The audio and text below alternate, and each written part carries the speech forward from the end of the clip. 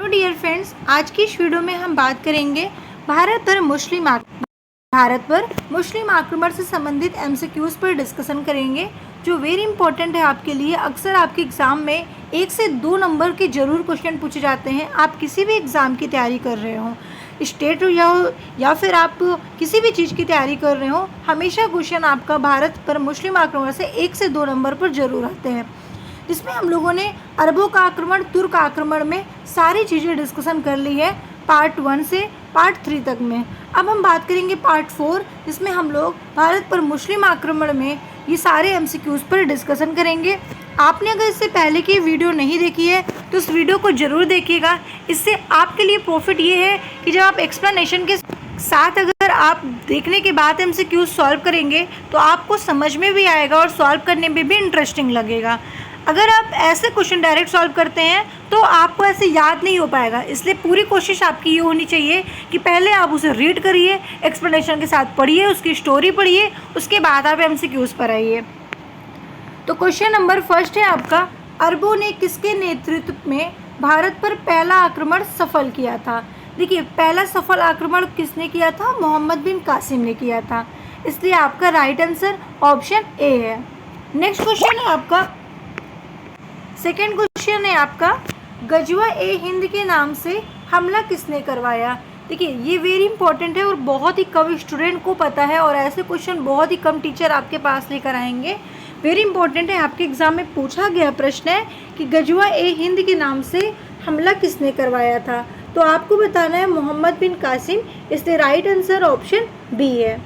Next question है आपका यहाँ पर, अरबों ने सिंध पर कब विजय प्राप्त की थी? देखिए, अरबों ने जो सिंध पर विजय प्राप्त की थी वो 712 ईस्वी में विजय प्राप्त की थी। इसलिए राइट आंसर है ऑप्शन सी। नेक्स्ट क्वेश्चन है, अरब आक्रमण के समय सिंध पर किसका शासन चलता था? देखिए, जब अरब आक्रमण चल रहा था तो उस टाइम दाहिर का शासन चल रहा था। ठीक है, और यहाँ पर मोहम्मद बिन कासिम ने दाहिर को हरा कर इन्होंने उस पर कब्जा किया और आगे यहीं से इनकी कहानी शुरू हुई। ठीक है, तो दाहिर और मोहम्मद बिन कासिम की स्टोरी है यहाँ पर, यानी कि अरब आक्रमण में दाहिर के जो जाहिर थे, सिंध के जो राजा हुआ करते थे वो दाहिर है और दाहिर की ही उन्हें ही हरा कर मोहम्मद बिन कासिम भारत पर राज करने लगे। ठीक है, तो याद रखिएगा ऑप्शन डी है। नेक्स्ट क्वेश्चन है आपका, तराइन का दूसरा युद्ध कब हुआ था? देखिए, तराइन का दूसरा युद्ध हुआ था 1192 में और पहला युद्ध हुआ था 1191 में। याद रखिएगा। मोहम्मद गौरी ने गजनी पर कब आक्रमण किया? देखिए, मोहम्मद गौरी ने गजनी पर यानी कि मोहम्मद महमूद गजनवी पर कब उसने आक्रमण किया था? तो आपको बताना इसका राइट आंसर है ऑप्शन क्या होगा? सी, यानी कि 1173 में। ठीक है, 1173 ईस्वी में मोहम्मद गौरी ने गजनी पर 1173 पर आक्रमण किया था। भारत पर अरब आक्रमण का मुख्य उद्देश्य क्या था? देखिए, भारत पर जो अरब आक्रमण हुआ था उसका जो मेन उद्देश्य था, वो सबसे इम्पोर्टेंट उद्देश्य क्या था? तो आपको बताना है कि इस्लाम का प्रचार करना और दूसरा शासन करने के लिए। वहाँ पर शासन करना चाहते थे मुस्लिम लोग और इस्लाम का प्रचार करने के लिए। तो भारत पर अरब आक्रमण का जो मुख्य उद्देश्य था वो आपका ऑप्शन डी होगा, यानी कि हाँ ठीक है, आपका राइट आंसर क्या होगा भाई? Option D. तो ऑप्शन डी बिल्कुल लगा लीजिए आप लोग। और यहाँ पर देखिए गलत दिया हुआ है, यहाँ पर बी और सी होना चाहिए। ठीक है, यहाँ सी होना चाहिए, बी और सी। तो राइट आंसर बी और सी है। नेक्स्ट क्वेश्चन है आपका, अमीर उल उमरा की उपाधि किसे दी गई थी? देखिए, अमीर उल उमरा की जो उपाधि दी गई थी वो किसे दी गई थी? तो सुबुतगीन को दी गई थी। इसलिए राइट आंसर ऑप्शन ए है। नेक्स्ट क्वेश्चन है, भारत पर पहला मुस्लिम हमला किसके द्वारा किया गया था? तो भाई, भारत पर जो पहला मुस्लिम हमला हुआ था वो किसके द्वारा हुआ था? मोहम्मद बिन कासिम के द्वारा हुआ था। इसलिए राइट आंसर क्या होगा आपका? ऑप्शन सी होगा। नेक्स्ट क्वेश्चन है आपका, तुर्की आक्रमण के समय पंजाब में किस वंश का शासन चलता था? देखिए, जब तुर्क का आक्रमण शुरू हुआ तो तुर्क के आक्रमण के पश्चात पंजाब में किसका शासन चल रहा था? तो आपको बताना है भाई इसका राइट आंसर ऑप्शन है, यानी कि शाही राजवंश चल रहा था। वहाँ पे कौन सा वंश चलता था? शाही राजवंश चलता था। ठीक है, चलिए नेक्स्ट क्वेश्चन। भारत प्रथम तुर्की आक्रमण के दौरान पंजाब में किस शासन का राज चलता था? तो आपको बताना है कि प्रथम तुर्की आक्रमण के दौरान पंजाब में किस शासन का शासन चलता था। तो आपको बताना है इसका राइट आंसर क्या हो जाएगा। तो इसका राइट आंसर है ऑप्शन सी, यानी कि जयपाल। आपका राइट आंसर क्या हो जाएगा भाई? Option C. ठीक है, चलिए नेक्स्ट क्वेश्चन पे आते हैं। महमूद गजनी किसके पिता थे? महमूद गजनवी के पिता कौन थे? सॉरी, क्वेश्चन मैंने गलत पढ़ दिया। महमूद गजनी के पिता कौन थे? तो भाई महमूद गजनी के जो पिता थे वो सुबुद्दीन थे, इसलिए राइट आंसर क्या होगा? ऑप्शन ए होगा। नेक्स्ट, महमूद गजनी ने भारत पर कितनी बार आक्रमण किया? तो सभी को पता है, ये इम्पॉर्टेंट क्वेश्चन और फेमस क्वेश्चन है कि महमूद गजनवी ने भारत पर टोटल 17 आक्रमण किया था, जिसमें से 16वां आक्रमण इनका सबसे फेमस आक्रमण माना जाता है, जो सोमनाथ टेम्पल पर यानी कि मंदिर पर हुआ था। ठीक है, नेक्स्ट क्वेश्चन। मोहम्मद गौरी के मामले में निम्नलिखित में से कौन सा गलत है? देखिए, मोहम्मद गौरी के मामले में निम्नलिखित में से कौन सा गलत है? तो आपको बताना है कि 1175 सुल्तान विजय ये बिल्कुल रॉन्ग है, तो आपका राइट आंसर होगा ऑप्शन ए। नेक्स्ट क्वेश्चन है, मोहम्मद गौरी की हत्या कब हुई थी? तो भाई मोहम्मद गौरी की हत्या हुई थी 1206 ईस्वी में, इसलिए right answer option B. Next question है आपका, मोहम्मद गौरी की हत्या कब हुई थी? बता दिया गया आपको। नेक्स्ट, मूर्ति भंजक किसे कहते हैं? देखिए, मूर्ति भंजक की अगर हम बात करते हैं तो मूर्ति भंजक किसे कहा जाता है? तो आपको बताना है कि मूर्ति भंजक हम कहते हैं महमूद गजनी को। ठीक है, महमूद गजनी को क्या कहा जाता है भाई? आपको मूर्ति भंजक। क्यों? क्योंकि ये क्या करते हैं, जिस भी मंदिर में जाते हैं मूर्ति को तोड़ने लगते हैं। तो आपका राइट आंसर क्या हो जाएगा यहाँ पर? हाँ, उसको स्लो कर दीजिए। आपका राइट आंसर क्या हो जाएगा भाई? एक मिनट, मैंने गलत आपको बता दिया, यहाँ पे ऑप्शन गलत दिया है, इसको सही करो। ठीक है, देखिए, मूर्ति भंजक किसे कहा जाता है? तो मूर्ति भंजक आप किसे बताओगे? आपका राइट आंसर है मोहम्मद बिन कासिम। ठीक है, तो राइट आंसर आपका क्या हो जाएगा भाई? सी तो गायब ही है ना यहाँ पर। अच्छा, हाँ, इसको सही करिए, मोहम्मद गौरी को। हाँ, मोहम्मद गौरी को। ऑप्शन गलत मत टाइप किया करिए, सॉरी भाई, इसमें ऑप्शन गलत टाइप कर दिया गया था।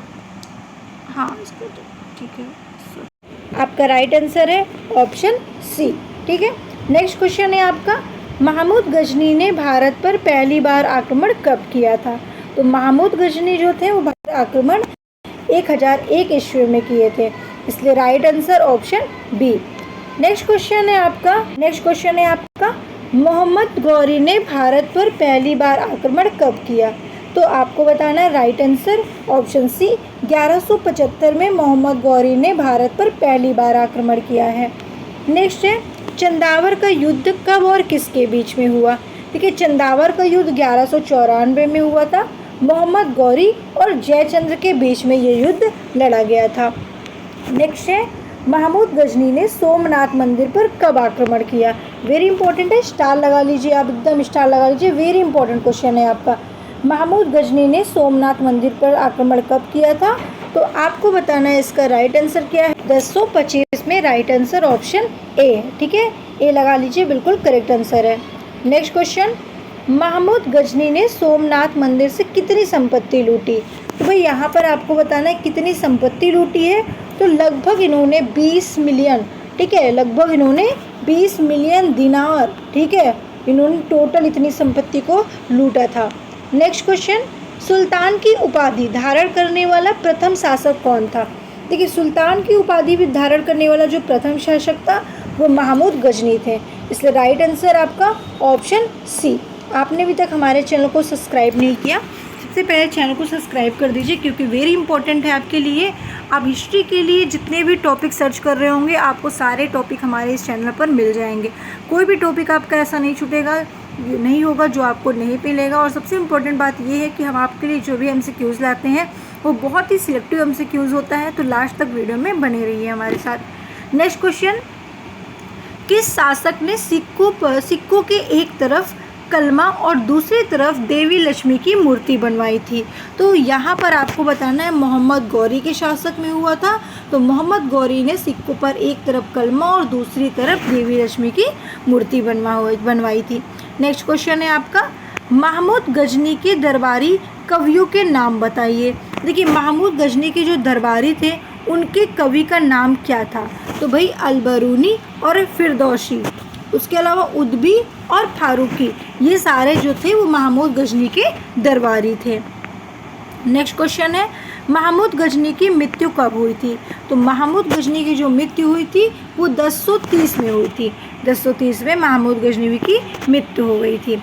नेक्स्ट क्वेश्चन है आपका, मोहम्मद गौरी का सेनापति निम्न में से कौन है? देखिए मोहम्मद गौरी का सेनापति की अगर हम बात करें तो इनके जो सेनापति थे वो कौन है, आपको बताना है। इसका राइट आंसर क्या होगा, आप सभी लोग कमेंट करके बताएंगे कि इसका राइट आंसर क्या होगा। ये क्वेश्चन आपके लिए है और आपको बताना है इसका राइट आंसर क्या है। तो देखते हैं कौन सबसे पहले कमेंट करके बताता है इसका राइट आंसर क्या है। चलिए नेक्स्ट क्वेश्चन पे आते हैं हम। नेक्स्ट क्वेश्चन है आपका यहाँ पर है, तुर्क सल्तनत की स्थापना किसने की थी? देखिए तुर्क आक्रमण की बात यहाँ पे अगर होती है तो इसकी स्थापना किसने की थी, आपको बताना है। क्या किसने की थी भाई? मोहम्मद गौरी ने की थी। मोहम्मद गौरी से तुर्क सल्तनत की स्थापना हुई थी। नेक्स्ट है, अजमेर के चौहान वंश का अंतिम शासक कौन था? देखिए अजमेर के चौहान वंश की अगर हम बात करते हैं तो पृथ्वीराज तृतीय, ठीक है, पृथ्वीराज तृतीय ये जो थे वो अजमेर के चौहान वंश का अंतिम शासक था, इसलिए right answer option B. Next question, Mahmud Ghazni ने सोमनाथ पर आक्रमण कब किया था? तो भाई महमूद गजनी जो थे वो सोमनाथ पर आक्रमण किया था कब? तो आपको बताना है 1025 पर। राइट आंसर आपका कौन सा होगा? ऑप्शन सी होगा। नेक्स्ट क्वेश्चन है, तारिक ए सुमुद्दीन पुस्तक निम्न में से किसने लिखी थी? वेरी इंपॉर्टेंट क्वेश्चन है, ठीक है। तो आपको बताना है बेहानी जो थे उन्होंने तारिक ए सुमुद्दीन पुस्तक लिखी थी। नेक्स्ट क्वेश्चन, महमूद गजनी ने सर्वप्रथम किस हिंदू शाही शासक पर आक्रमण किया था? तो किस हिंदू शाही शासक पर आक्रमण किया था? तो भीमदेव प्रथम पर, इसलिए इसका राइट आंसर है ऑप्शन बी। ऑप्शन बी बिल्कुल करेक्ट आंसर है। तो इस तरीके से मैंने आपको 33 क्वेश्चन बताए जो आपके भारत के आक्रमण पर थे, तुर्क आक्रमण और अरब आक्रमण। जितने भी क्वेश्चन इंपॉर्टेंट थे सारे क्वेश्चंस आपके हमने यहाँ पर रख दिए हैं। आपका कोई क्वेश्चन ऐसा नहीं है जो आपको नहीं बताया गया। अगर आपका कोई क्वेश्चन छूटा भी है समझ लीजिए कि आप अगर एक्सप्लेनेशन के साथ पढ़ते हैं तो वो भी आपका कवर हो जाएगा। इसीलिए हम सबसे पहले स्टूडेंट को एक्सप्लेनेशन पढ़ाते हैं, उसके बाद उसी से रिलेटेड MCQs कराते हैं, जिससे कि स्टूडेंट जब सॉल्व करें क्वेश्चन तो उनका पूरा तैयार हो जाए और उनको सॉल्व करने में भी अच्छा लगे। तो फिर मिलते हैं नेक्स्ट क्लास में नेक्स्ट वीडियो के साथ, जिसमें हम लोग आगे बात करेंगे दिल्ली सल्तनत के बारे में। यहाँ पर गुलाम वंश के बारे में डिस्कशन किया जाएगा। तो इंतज़ार किस बात का, चैनल को सब्सक्राइब करिए।